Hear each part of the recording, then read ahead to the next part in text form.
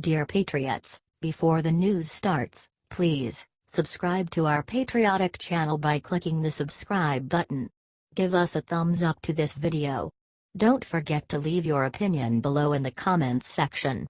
Share the news on Facebook and Twitter so you friends see it. Thank you.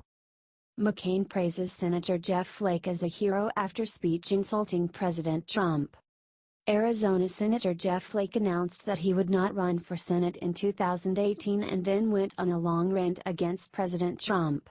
After his anti-Trump speech, Senator John McCain had huge praise for him. Mr. President, I rise to say enough. I rise today with no small measure of regret. Regret, because of the state of our disunion, regret because of the disrepair and destructiveness of our politics, regret because of the indecency of our discourse, said Flake. Regret because of the coarseness of our leadership, regret for the compromise of our moral authority, and by all of our, complicity in this alarming and dangerous state of affairs. It is time for our complicity and our accommodation of the unacceptable to end, he continued. Everyone has been insulting President Trump. But according to John McCain, this was a brave move.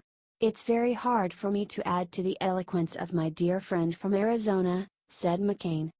But I do want to say that it has been one of the great honors of my life to serve with a man of integrity, honor, decency and commitment to not only Arizona but to the United States of America. I have seen Jeff Flake stand up for what he believes in, knowing full well there would be a political price to pay, said McCain.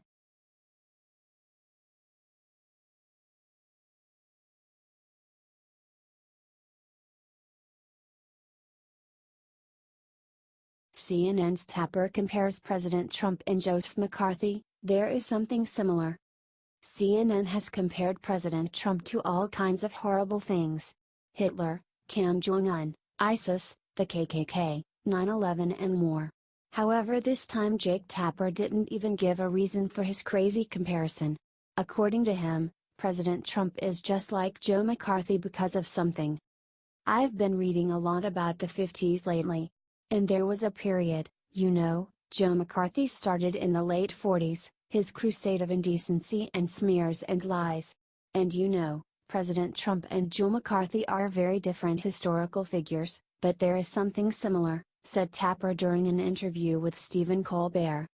They say, history doesn't repeat itself, but it rhymes.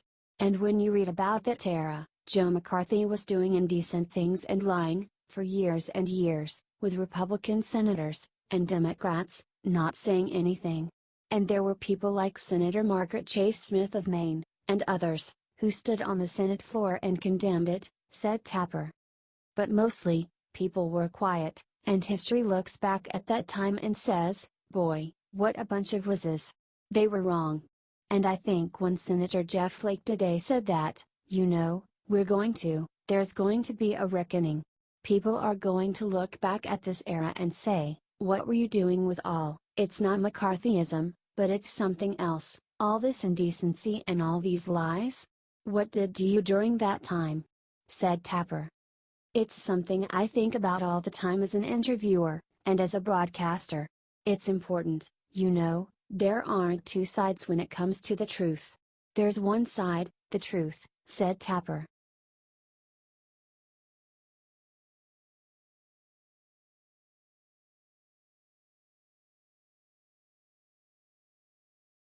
Rioters beware, liberal protesters are not going to like what Jeff Sessions did seconds ago. Jeff Sessions just sent a clear message to the anti-fascist violent protesters at the event in Charlottesville. The Trump Department of Justice has now requested information about the users of the anti-Trump website called Disrupt20. The web host, DreamHost, says they will not comply with the request to hand over 1.3 million IP addresses of these anti-fascist, neo-socialists. The Disrupt20 website helped organize the very violent mobs in D.C. during the inauguration. Jeff Sessions is working to keep his job. DreamHost is claiming that complying with the request will be going too far. They say it would be the equivalent of handing over 1.3 million visitor IP addresses, their information, email content and photos of the visitors to the website, says The Hill.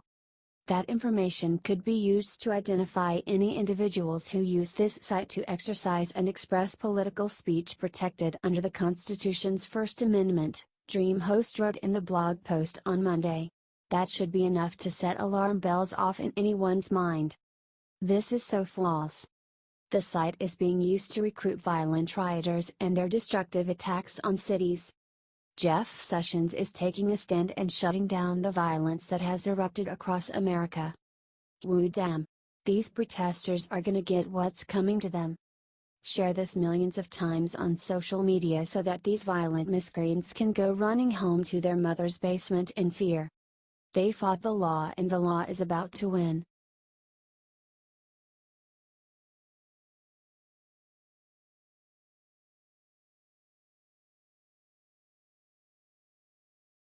This morning a journalist called Pence racist, so he turned and did something awesome.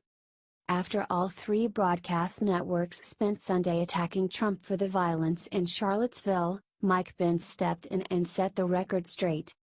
The interview was aired on NBC News and Mike Pence went on the attack. He scolded the press for their continuous criticism of our president. I will tell you that I take issue with the fact that many in the media are spending more time criticizing how the president addressed the issue yesterday. Many in the media have spent an awful lot of time focusing on what the president said and criticisms of what the president said, instead of criticizing those who brought that hatred and violence to the streets of Charlottesville, Virginia.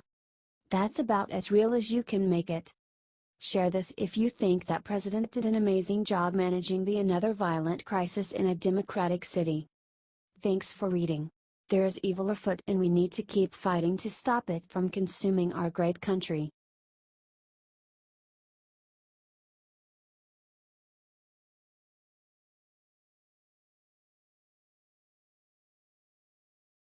Leftists' sick new attack on Melania goes after the one thing no one expected. Do you ever just get tired of leftists being mean? This one really takes the cake though, folks, so I hope y'all are sitting down. Newsweek published a piece last week mocking out First Lady Melania Trump and First Daughter Ivanka Trump. Why? For wearing high heels. Yep. According to Newsweek author Nina Burla in her creepily titled article Melania, Ivanka, and Ivana Trump wear high heels, a symbol of everything that is beautiful and horrifying about them. When the Trump women wear this common shoe style, they are being horrifying. A bit dramatic, wouldn't you say? Nothing is too dramatic or hysterical for the left, though. Here's a bit of what she wrote. This one's a doozy. Stiletto pumps are the ultimate test of a certain type of femininity. They signal the taut combination of power and weakness that conservative women must cultivate in order to survive among ideologues who are crafting our tax-free Handmaid's Tale future. Literally, I have no idea how these leftists even come up with these new things to complain about and pick apart. They have way too much time on their hands. Newsweek wasn't the only one to take shots at the First Lady, however. Forbes put out an article saying Melania is fashionable but could never be a fashion icon like Michelle Obama, saying, Trump is gorgeous like an actress at the Oscars, with a dash of Real Housewife thrown in. She's polished, but she's not inspiring. Our flots seems pretty in spring to me. Melania is a former model and a huge fan of fashion and she looks great. Let's face it, no matter what the Trump women do, the left will complain. They can't even wear heels without them complaining. So much for being pro-women. Do you think Melania is a fashionable first lady? Share this out to show Melania we have her back. HT Fox News, Forbes.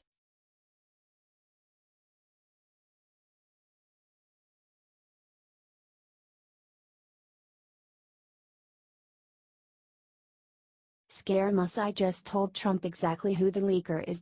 And they're hiding in plain sight. Former White House Communications Director Anthony Scaramucci got on The Late Show with Stephen Colbert Monday night and claimed senior strategist Stephen Bannon is a White House leaker. The mooch worked at the White House for approximately 9 days before being ousted after he was caught giving an expletive-filled rant in which he accused Chief of Staff Reince Priebus of leaking.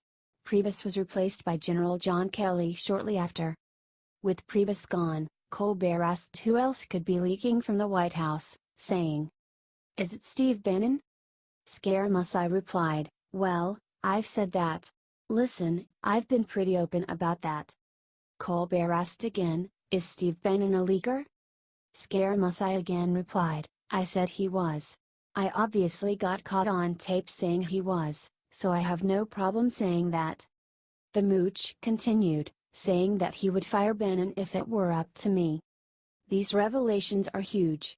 Scaramucci is known for his blunt honesty. While he was working in the White House, he said, "What I don't like about Washington is people do not let you know how they feel. They're very nice to your face, and then they take a shiv or machete and they stab it in your back. I don't like it. I'm a Wall Street guy, and I'm more of a front-stabbing person." Looks like Bannon just got front-stabbed by the mooch as he doubles down on his leaking accusations. President Trump's reaction will be one to watch. Axios reported earlier that the president suspects Bannon is behind the recent leaks about National Security Advisor H.R. McMaster. Bannon's time at the White House could very well be numbered. Do you think Bannon is a leaker? Give your comments below. H.T. The Hill